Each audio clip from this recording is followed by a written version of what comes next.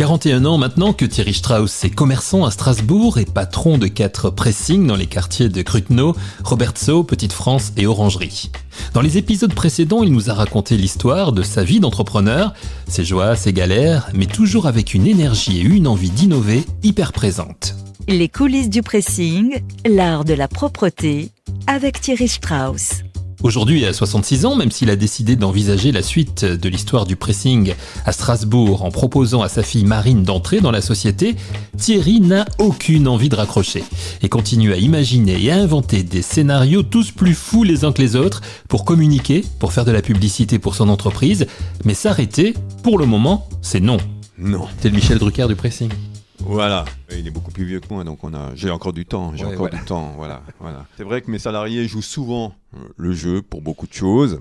Actuellement, j'aurais demandé à chacune en quoi elle voulait se déguiser, et tu remarqueras sur la vitrine, chacune a choisi son déguisement, chacune est déguisée, et ça devient United Color of the Pressing.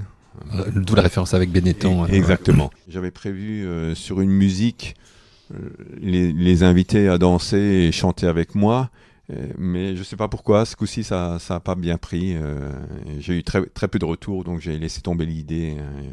J'ai déjà une autre idée derrière. Parce qu'il y a quelques années, on avait fait sur la chanson de Enrico Macias « Ah, ce qu'elles sont jolies les filles de mon pays », et c'était « Ah, ce qu'elles sont jolies les filles de mon pressing ». J'avais mis toutes les filles qui dansaient au pressing ici de l'orangerie. Voilà, ça fait un petit peu de buzz sur les réseaux aussi. Ça, c'est quelque chose vraiment que tu aimes. Ça prend du temps, hein, tu l'as dit, les réseaux sociaux. Oui, ma femme me le dit tous les soirs. Mais qu'est-ce que tu fais encore là-haut ? C'est ça, mais c'est du temps en plus. Oui, je te dis. Il y a toujours le sérieux des pressings, bien évidemment. Bien entendu. Et tout ça, oui. ça se rajoute. Ça se rajoute. Maintenant, j'ai un peu levé le pied. Je suis dans les pressings en principe 5h30 le matin, mais à 3h, je suis chez moi. Bon, j'ai fait mes 8h, mais je fais plus de fermeture. Et à 3h, je suis chez moi, donc après, j'ai un peu de temps. C'est quoi l'avenir des 4 pressings aujourd'hui ? Là, on va demander à Marine. Non, parce que... Marine, c'est ta fille qui a pris la succession. Exactement. Marine, elle est opticienne de métier, elle va te le dire. Moi, je la voulais pas. Dans le pressing, déjà, on gagne pas correctement sa vie. Je voyais pas trop. Aujourd'hui, je suis très, très contente de l'avoir et je sais pas comment je ferais sans elle. Elle a un peu fait le forcing, c'est ça, pour travailler avec toi ? Oui, elle a dit papa, j'aimerais bien. Il faut dire, elle s'occupe, elle a 4 gosses, mais elle s'occupe, elle n'est pas du tout sur le terrain, elle travaille de chez elle, elle s'occupe de la compta et du secrétariat, du rappel facture, etc.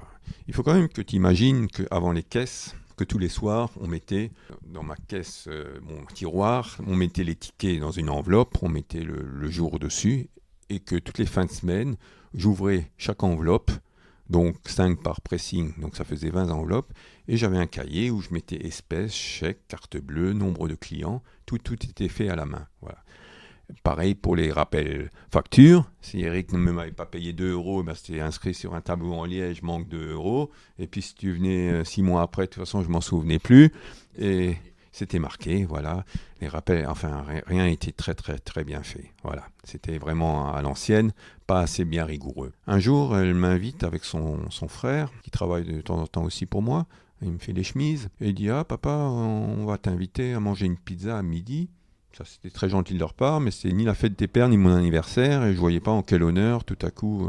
Donc, aucun des deux n'était encore dans l'affaire. Et ils m'ont dit, papa, tu sais combien tu dépenses dessous dans la publicité ?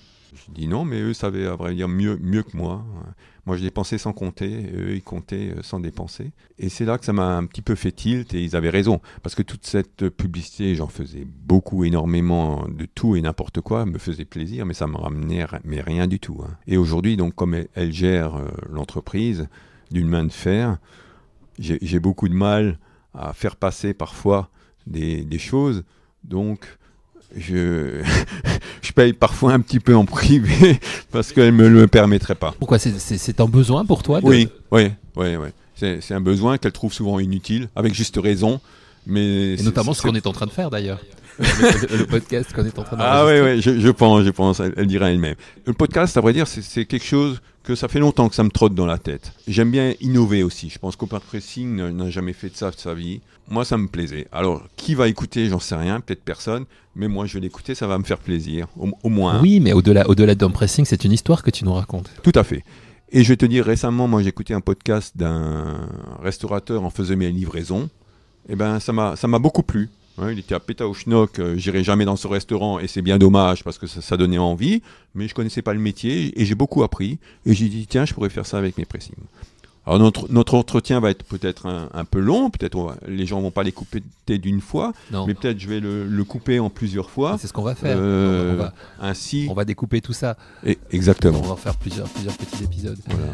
Alors je ne sais pas vous qui nous écoutez, mais moi, après les propos de Thierry, j'ai envie d'entendre sa fille Marine nous donner sa version à elle de son arrivée dans la société de son papa. Marine est opticienne de formation. Après avoir commencé à exercer, pourquoi n'a-t-elle pas continué dans son métier pour rejoindre l'entreprise familiale ? Marine nous répond. J'ai fait des études d'opticienne, je suis partie sur Belfort pour travailler dans l'optique pendant 6 ans et je suis revenue sur Strasbourg par rapport à la vie familiale. Et c'est vrai que le métier d'optique avait beaucoup changé, me plaisait moins et c'était aussi plus facile d'avoir des horaires adaptés par rapport aux enfants. Et le Puisque vous êtes une maman de 4 enfants. Hein. Ouais, c'est ça, 4 enfants. Enfin, quand je suis revenue, j'en avais que 2, mais entre-temps, il y en a eu 2 autres. Oui, donc le métier d'opticien était moins intéressant. Voilà, ça devenait un peu moins intéressant. C'était plus facile aussi d'adapter les horaires, de pouvoir travailler avec papa, de travailler de la maison, d'être disponible pour les enfants. Et le métier d'optique, j'ai également fait une licence où j'ai appris toute la comptabilité. Donc ça regroupe quand même une partie sur ce que je fais, mon travail actuel au pressing. Il fallait le convaincre de vous laisser travailler avec lui, en fait. Oui, c'est ça. Au début, il voulait pas que je travaille avec lui. Il m'a dit le métier du pressing n'est pas un avenir pour toi, reste dans l'optique. Et moi, je lui ai dit non, je veux travailler avec toi. Et voilà. Et donc, on a essayé et puis ça a fonctionné. Comment vous vous organisez pour travailler justement sur le pressing aujourd'hui ? Donc, vous occupez, vous, essentiellement de la comptabilité, c'est ça ? Voilà, c'est ça. La comptabilité, tout ce qui est facture, devis, et puis après, tous les petits à côté où il faut monter des dossiers, par exemple pour des formations, voilà. Tous les dossiers, du coup, c'est moi qui les monte. Vous occupez aussi un petit peu du recrutement avec lui ? C'est surtout lui, parce que c'est lui qui est dans le métier. On a eu un 5e pressing, le pressing centre, où j'ai tenu le pressing pendant un temps et j'ai également pu apprendre beaucoup de choses sur le tas, voilà, au niveau de la réception surtout. Il faut connaître un petit peu les différents métiers du pressing pour faire aussi ce que vous faites. Oui, bien sûr, faut connaître un petit peu comment ça fonctionne et puis effectivement savoir comment les salariés travaillent pour pouvoir être aux soins des salariés et puis connaître leurs difficultés au quotidien. Vous avez un papa qui est atypique, qui a une façon très atypique de gérer sa société. Oui, c'est pas toujours évident au quotidien, mais c'est quelque chose de sympa, ça donne vraiment le sourire à tous les employés et ça donne une vision du métier beaucoup plus agréable.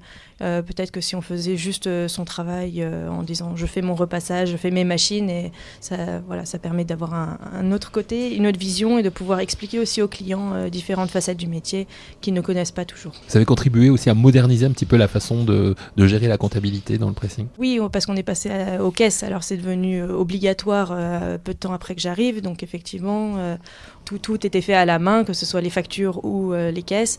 Et puis on a eu des caisses enregistreuses obligatoires, donc tout a été informatisé, beaucoup plus facile pour moi, beaucoup plus difficile pour papa, donc c'est aussi pour ça que j'ai pris le relais. Vous n'avez jamais regretté cette décision d'avoir laissé l'optique pour le pressing ? Non, j'ai jamais regretté. Je suis retournée forcément dans des magasins d'optique plusieurs fois parce que voilà, mon mari, mes enfants portent des lunettes, mais ça me manque pas. Comment vous voyez la suite de cette aventure ? Bon, papa est toujours là, il va encore rester là un bon moment, mais comment vous voyez les choses évoluer ? Vous allez continuer cette aventure du pressing ? Le but est que je finisse par reprendre l'entreprise, que je puisse prendre la succession de papa, mais tant qu'il est là, il me rassure et c'est lui qui continue un peu à tout diriger. Et comme ça, au moins, je peux voir comment ça se passe et avoir moins d'appréhension pour la suite. Bon, à suivre donc, une aventure à suivre. C'est ça. Merci beaucoup Marine. Merci. Marine prendra la succession de son père à la tête des 4 pressings, mais vous l'avez compris, nous n'en sommes pas encore là. Thierry a montré en 41 ans de métier qu'il était un formidable entrepreneur. Les 4 pressings strasbourgeois connaissent le succès. Cette aventure aurait pu aussi se développer dans d'autres villes, d'autres régions. Cette réussite, Thierry Strauss n'a jamais eu envie de l'exporter ailleurs qu'à Strasbourg ? Non, je vais te dire, c'est une question d'âge. Comme je te disais avant, si je savais tout aujourd'hui comme je le savais il y a 30 ans, j'aurais peut-être franchisé le pressing. Je l'aurais franchisé, probablement. Mais il m'aurait fallu des épaules autour de moi pour m'aider, etc. Ça, j'aurais bien aimé faire. J'ai un appareil à ozone qu'on a acheté cher, que j'ai acheté cher, ainsi qu'une valise ozone. Ça remonte à une bonne douzaine d'années. J'étais le seul à avoir ça Ça sert à quoi ? à Strasbourg. Alors, ça ne nettoie pas, ça ne lave pas, ça aseptise et ça enlève les odeurs. On m'avait fait miroiter, et c'est ça un peu les bons commerciaux, que ça tuait les punaises de lit. Et moi, j'étais parti un peu sur cette formule-là. C'est comme une armoire que j'ai dans un des pressings. Si tu achètes par exemple une valise ou un képi un peu qui sent le renfermer, on le met dans cette armoire. Il y a l'ozone, donc ce gaz qui diffuse pendant tant et tant de minutes. Après, c'est réoxygéné. Tu ouvres l'armoire, donc il n'y a plus de danger. Et tu n'as plus d'odeur et c'est désinfecté. Voilà, ça c'est l'idée. Comme je fais quelques sinistres incendies, par exemple, où il y a du jour parfois un fond de fumée, pareil, je mets certains articles dedans qu'on ne peut pas nettoyer, qu'on ne peut pas laver, comme des sacs à main ou des foulards avec de la fourrure un peu délicat. La valise ozone, c'est la même chose, mais je peux me déplacer avec. Exemple, j'étais à une grande marque à Strasbourg où il y avait eu le feu, pareil, pour désenfumer la voiture, enlever les odeurs. Il y avait un chien mouillé, un bébé qui a vomi dans une voiture, dans un habitacle. Il y avait une dame qui était allergique aux acariens chez elle. Donc il faut, à ce moment-là, dans la chambre, sortir les humains, les animaux et les plantes. Tu mets la valise qui diffuse ce gaz pendant X temps. Ça réoxygène. Donc ça, c'est le plus. Et après, tu peux rentrer dans la pièce sans danger. Le problème, c'est que j'ai après pas assez de retours. Et ça, c'est un peu ma faute. Pour les acariens, la dame était très contente, mais j'aurais dû l'appeler 8 jours ou un mois après. Vous en êtes où ? Est-ce que c'est revenu, pas revenu ? J'ai pas tellement de retour. On a fait, je vais te dire, Eric, énormément de publicité pour cette ozone. Au départ, on a eu 0 retour. Même pas une demande de prix, demande de fonctionnement, etc. Je pense que le mot ozone fait peur, hein, comme on parle souvent de la couche d'ozone quand il fait chaud et tout, voilà. À côté de ça, je me suis équipé de générateurs à ozone dans 2 ou 3 pressings. Générateur ozone, ça marche sur la machine à laver, donc c'est à basse température. Tu n'as plus besoin de mettre de lessive, tu n'as plus besoin d'assouplissant. Il y a le gaz qui se met en même temps avec l'eau. Pourquoi ? Certaines personnes sont allergiques aux assouplissants, ils ne veulent rien. D'autres, par exemple, on va dans un restaurant toutes les semaines qui vend du café, une brasserie café, où les torchons sentent très fort le café. Si on nettoie ces torchons à 60 ou à 90, il y a toujours un fond d'odeur. Tandis qu'on les met à l'ozone à 40 degrés, il n'y a plus d'odeur. On a fait récemment, pour te dire, une couverture de cheval, hein, à l'ozone.